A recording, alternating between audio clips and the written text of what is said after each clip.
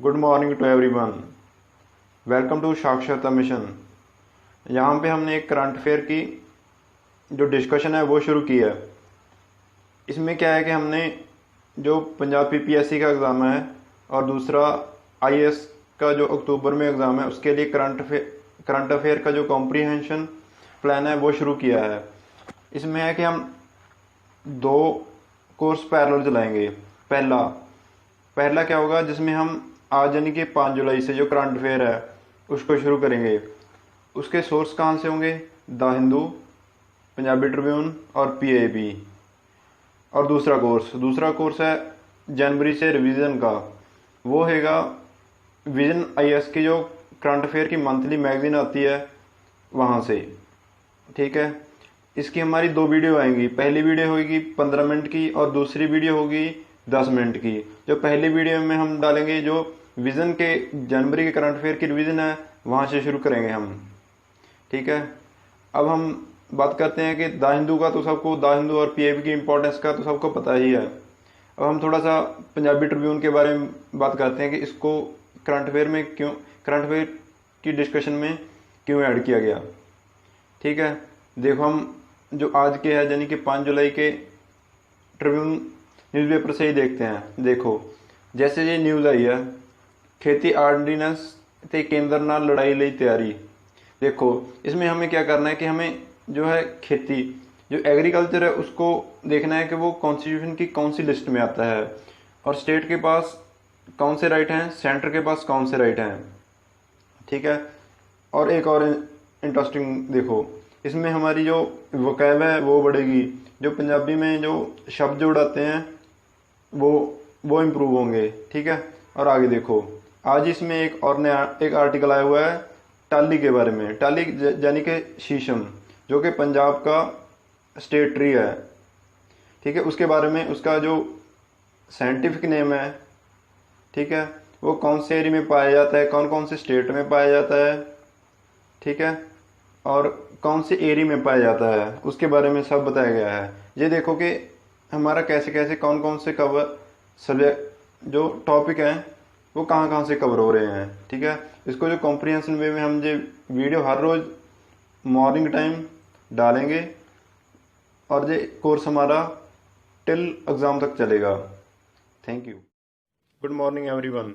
आज हम जनवरी मंथ के करंट अफेयर शुरू करने जा रहे हैं और इसका सोर्स रहेगा वीएनआईएस की जो मंथली करंट अफेयर की बुकलेट आती है, वहीं से करेंगे हम। सबसे पहले सोशल इश्यूज पे बात करते हैं।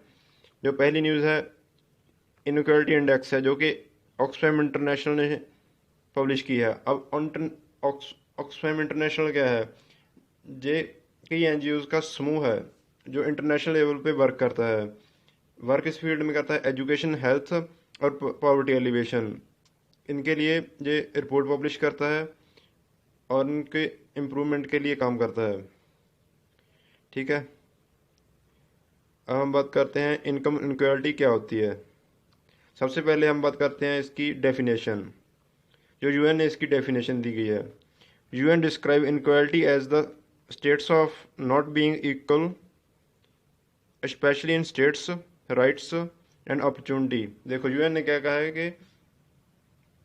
कि स्टेट्स राइट्स और अपॉर्चुनिटी की बराबर वितरण ना होने को इनक्वालिटी कहते हैं। इनके सभी श्रेणियों में बराबर ना होने को इनक्वालिटी कहते हैं। ठीक है, ये तो हो गई है यूएन की डेफिनेशन। ठीक है, अब हम बात करते हैं इसके 2 टाइप होते हैं मेनली। अब आगे भी इसकी डेफिनेशन थोड़ा डीपली जान लेते हैं ताकि थोड़ा और क्लियर हो सके। ये देखो इसको 2 टाइप में बांटा गया है। पहली है इकोनॉमिक इनक्वालिटी, दूसरी है सोशल इनक्वालिटी। अब बात करते हैं इकोनॉमिक इनक्वालिटी की। इसको भी आगे 2 हिस्सों में बांटा जा सकता है, इनकम इनक्वालिटी और वेल्थ इनक्वालिटी। इनकम क्या है कि 2 इंडिविजुअल और 2 ग्रुप्स की जो इनकम में फ़र्क होना। इनकम क्या है कि किस स्पेसिफिक पीरियड में किसी काम के बदले में उसको जो मनी मिलती है या इकोनॉमिक बेनिफिट मिलता है उसको इनकम कहते हैं। और दूसरा क्या है? Wealth inequality. वेल्थ क्या है कि किसी एक इंडिविजुअल या एक ग्रुप के पास और दूसरे ग्रुप के पास, दोनों में वेल्थ अकोमुलेशन में कितना फ़र्क है, कि एक के पास कितनी पूंजी है और दूसरे के पास कितनी पूंजी है। हाँ जी, इंडिविजुअल भी हैं और ग्रुप्स भी हैं। जैसे इंडिविजुअल मेल और फीमेल, मेल के पास कितनी वेल्थ है और फीमेल के पास कितनी वेल्थ है। ठीक है, ये तो होगी हमारी इकोनॉमिक इनक्वालिटी। अब आ गया सोशल इनक्वालिटी। सोशल इनक्वालिटी क्या है? Social inequality is distribution of sources in a society based on the power, religion, kinship, prestige, race, ethnicity, gender, sex, sexual orientation and class। ठीक है, it is therefore the differentiation of access to the social goods in society brought about by these factors। देखो कि जो संसाधनों का वितरण है वो religion, kingship, race, ethnicity, gender, sex etc जो समाज के अलग अलग श्रेणियां हैं, जैसे अलग रिलीजन है, कास्ट है, जेंडर है, उसके अकॉर्डिंग किसके पास कितने स्रोत हैं और उनके डिफरेंस को सोशल इनक्वालिटी कहते हैं। ठीक है, और इसको मेजर करने के इंटरनेशनल लेवल पे एक इंडेक्स चलता है जिसे लॉरेंस कर्व बोलते हैं और गिनी इंडेक्स है। ये बहुत इंपॉर्टेंट है, कई बार क्वेश्चन पूछा गया भी है और पूछा जा भी सकता है। ठीक है, अब हम थोड़ा इसके बारे में जान लेते हैं जल्दी जल्दी कि लॉरेंस इंडेक्स क्या है। ये देखो, इसको ग्राफिकल रिप्रेजेंटेशन ऑफ इनक्वालिटी कहते हैं। ये देखो, यहाँ पे आ गई इनकम आ गई है, परसेंटेज ऑफ इनकम, और परसेंटेज ऑफ पॉपुलेशन आ गई है। ठीक है, और देखो जहाँ पे बिल्कुल इक्वलिटी होगी उसका कर्व ये होगा। पहले हम एग्जांपल लेते हैं। ठीक है, ये आइडियल पोजीशन है इक्वलिटी की। देखो यहाँ पे है 10% पॉपुलेशन, 20% पॉपुलेशन, 30% पॉपुलेशन। ये 10% इनकम, 20% इनकम, 30% इनकम। ये देखो अभी ये 10% पॉपुलेशन के पास 10% वेल्थ है, तो ये होगी ना प्रॉपर इक्वलिटी। ठीक है, अब दूसरा, अब इंडिया का कर्व कैसे बनता है? इंडिया का कर्व ऐसे बनता है, ये बन गया इंडिया का कर्व। ठीक है, अब देखो इसमें क्या फ़र्क आया है। यहाँ पे देखो ये क्या है, 20% पॉपुलेशन के पास कितने परसेंट वेल्थ है? सिर्फ 2 या 3%, सिर्फ 2 या 3%। ये देखो जाएगा ना डिफरेंस। ठीक है, इसे लॉरेंस कर्व कहते हैं। ठीक है, और हम बात करते हैं गिनी इंडेक्स की। गिनी क्या है जी? इसी को ही आगे हमारे एक फिलोसफर हुए हैं गिनी, उसने इस लॉरेंस कर्व को आगे बढ़ाया है। उसने क्या है कि इसको एक न्यूमेरिकल वैल्यू देती है। देखो इसका फार्मूला वैसे हम ज़्यादा नहीं समझने के लिए कर लेते हैं। ठीक है, जैसे इसको ए मान लें और इसको बी मान लें, और गिनी इंडेक्स निकालने का क्या तरीका है? ए अपॉन ए प्लस बी। मतलब ये देखो इंडेक्स पे देखो, ए तो ये हो गया, ये एरिया हो गया। ठीक है, अपॉन ये सारा एरिया, ये सारा एरिया। ठीक है, और अब देखो इसके निकालने पर अगर इसको निकालने पर वैल्यू 0 आती है। ठीक है, तो उसे क्या बोलेंगे? परफेक्ट इक्वालिटी बोलेंगे।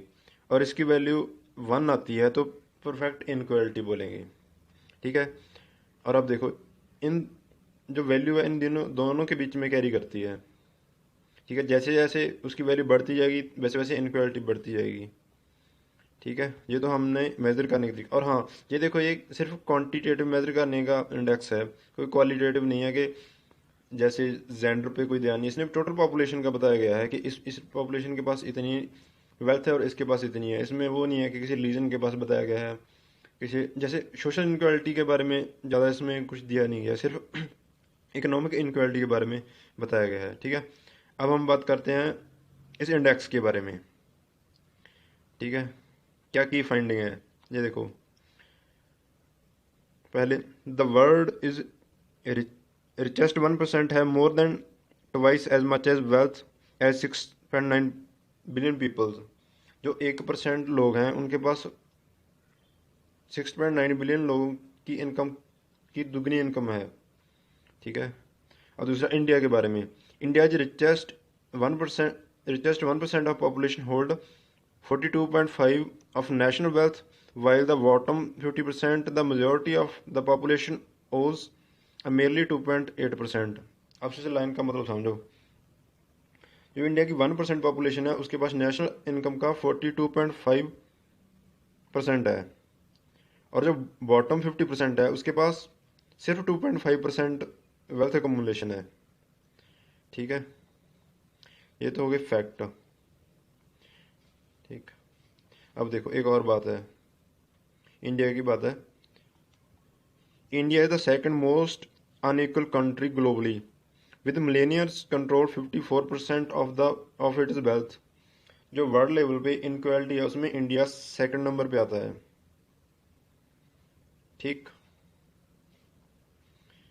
ये तो होगी इनक्वालिटी की बात इंटरनेशनल लेवल पे, नेशनल लेवल पे। हम इसके अब कॉन्सिक्वेंसेस देखते हैं कि इसके कॉन्सिक्वेंस क्या हो है, इंडिया की इकोनॉमी पर क्या कॉन्सिक्वेंस है, इंडिया के सोसाइटी पर क्या इफेक्ट है।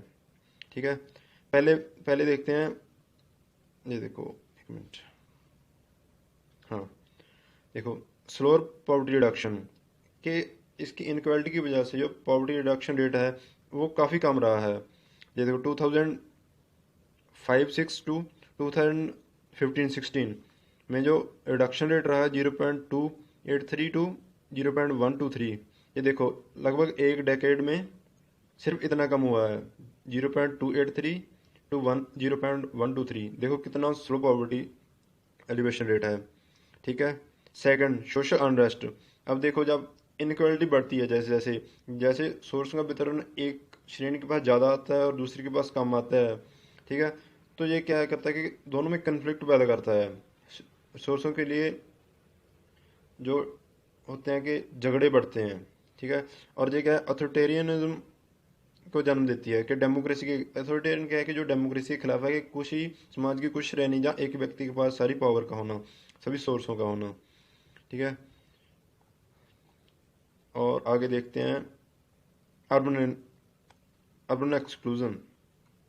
इसमें देखो अब जो इंडिया में क्या है, कोई भी सिटी देखो उसमें जो कुछ एरिया तो होगा पॉश एरिया, कोई मेगा सिटी ले लो उसमें कुछ एरिया होगा पॉश एरिया, उसके और आसपास क्या होगा, आसपास स्लम एरिया होगा। ठीक है, और देखो और जो स्लम एरिया में है कोई बेसिक अम्यूनिटीज़ नहीं होगी, जैसे गार्बेज डिस्पोजल, सीवरेज। ठीक है, और कोई भी एजुकेशन डालो, सैनिटाइजिंग की प्रॉब्लम आएगी। ठीक है, और इनक्वालिटी से ये डिफरेंस आता है। ठीक है, अब वे हेड क्या होना चाहिए और गवर्नमेंट में क्या क्या मेजर ले हैं। सबसे हम पहले वे हेड देख लेते हैं। ठीक, देखो पहला प्रोग्रेसिव टैक्सेशन क्या होता है कि जैसे जैसे इनकम बढ़े वैसे वैसे टैक्स रेट बढ़े। जैसे एग्जांपल लेते हैं हम, इनकम टैक्स है, उसमें क्या है, जैसे जैसे इनकम बढ़ती है वैसे वैसे टैक्स रेट बढ़ती जाती है, इसे कहते हैं प्रोग्रेसिव टैक्सेशन। और ये क्या कहता है, redistribution of source across the society. ठीक है, इससे इनक्वालिटी आएगी, ये हम वे हेड पढ़ रहे हैं। दूसरा सोशल स्पेंडिंग, गवर्नमेंट को सोशल स्पेंडिंग बढ़ानी चाहिए। सोशल स्पेंडिंग क्या है, एजुकेशन, हेल्थ, सोशल प्रोटेक्शन। ठीक है, लाइवलीहुड, जैसे इन सेक्टरों में अगर गवर्नमेंट अपना एक्सपेंडिचर बढ़ाती है तो इनक्वालिटी कम होती है। अब देखो एक ये इंटरेस्टिंग पॉइंट है, फ्री अप वुमेन्स टाइम। ठीक है, अब ये क्या है, हम इसके एग्जाम्पल के हिसाब से समझते हैं। एक गवर्नमेंट ऑफ इंडिया ने पीएम उज्ज्वल योजना चलाई थी। ठीक है, उसमें क्या था कि जो सोशल और इकोनॉमिक बैकवर्ड वुमेन्स हैं उनके लिए फ्री गैस सिलेंडर और गैस कनेक्शन देना था। ठीक है, उसमें क्या था कि वुमेन का जो फ्यूल इकट्ठा करने का, जो वुड इकट्ठा करने का, फ्यूल इकट्ठा करने का टाइम जो सेव हो जाता था। ठीक है, इसके पास उसका अपना जो कैरियर परस्यू करने के लिए टाइम मिलता है। ठीक है, अब देखो,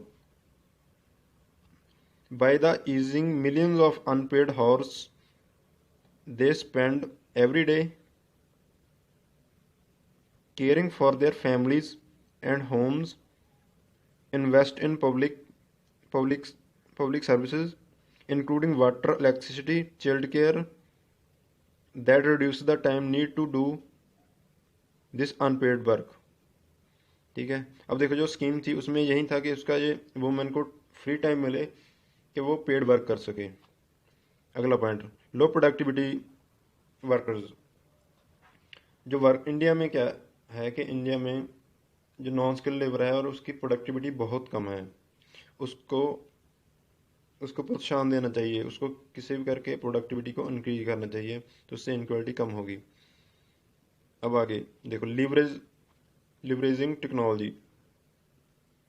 गवर्नमेंट ऑफ इंडिया को technology should be looked at as a tool to address poverty and inequality. To leverage technology as a tool, the government must promote technology innovation, use it in agriculture, industry, service sector, creating an encouraging regulatory environment। अब देखो technology अगर एक agriculture में उसमें technology innovation आती है, technology जैसे उसमें मशीनरी की यूजेज बढ़ती है, तो एक किसान का लिविंग स्टैंडर्ड बढ़ता है, उसकी इनकम बढ़ती है, ठीक है, जिससे उनकी अपलिफ्टमेंट होती है और इनक्वालिटी दूर होती है।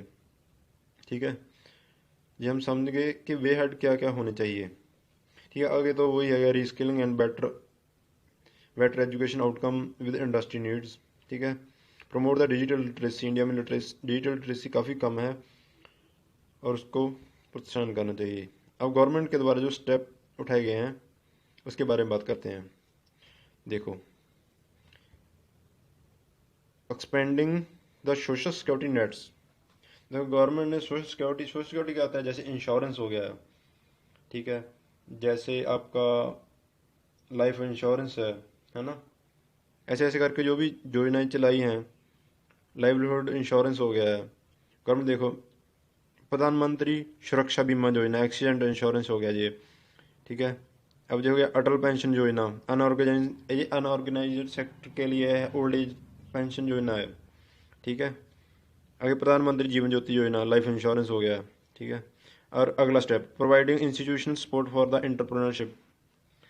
जो गांव में सोशल और इकोनॉमिक बैकवर्ड सेक्शन है, ठीक है, जैसे SCs हो गए, STs हो गए, उनके लिए गवर्नमेंट ने मुद्रा बैंक बनाया है, जिसमें आप बिना मॉर्टगेज दिए आप लोन ले सकते हैं। 10 लाख, 5 लाख, ऐसे ऐसे करके स्लैब बनी है जिसके अकॉर्डिंग आप बिना मॉर्टगेज के लोन ले सकते हैं। फाइनेंशियल इंक्लूजन, जैसे इसकी सबसे बड़ी एग्जांपल है जनधन योजना, ठीक है, ओके। फाइनेंशियल इंक्लूजन क्या होता है, पहले तो ये देखो, इंक्लूजन होता है कि समाज के सभी वर्ग उस सर्विस का फ़ायदा उठा सकें। और फाइनेंशियल इंक्लूजन जैसे है कि जो फाइनेंशियल सर्विस का समाज के सभी वर्ग उसका लाभ उठा सकें।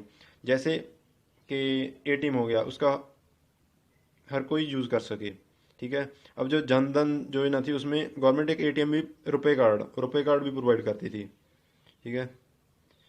और आगे अब इकोनॉमिक सर्वे की बात कर लेते हैं, 2070-80, ठीक है। Utmost priority to social infrastructure like education, health, social protection is being given by the government to engineer and inclusive and sustainable growth in India. देखो कि 2070-80 में जो इकोनॉमिक सर्वे है कि उसमें सोशल इंफ्रास्ट्रक्चर को प्रायोरिटी दी गई थी, ठीक है। ठीक है, अब जो हमारा टॉपिक पूरा हो गया इनक्वालिटी के लिए। इसमें हम प्री के लिए भी और मेंस के लिए, दोनों के लिए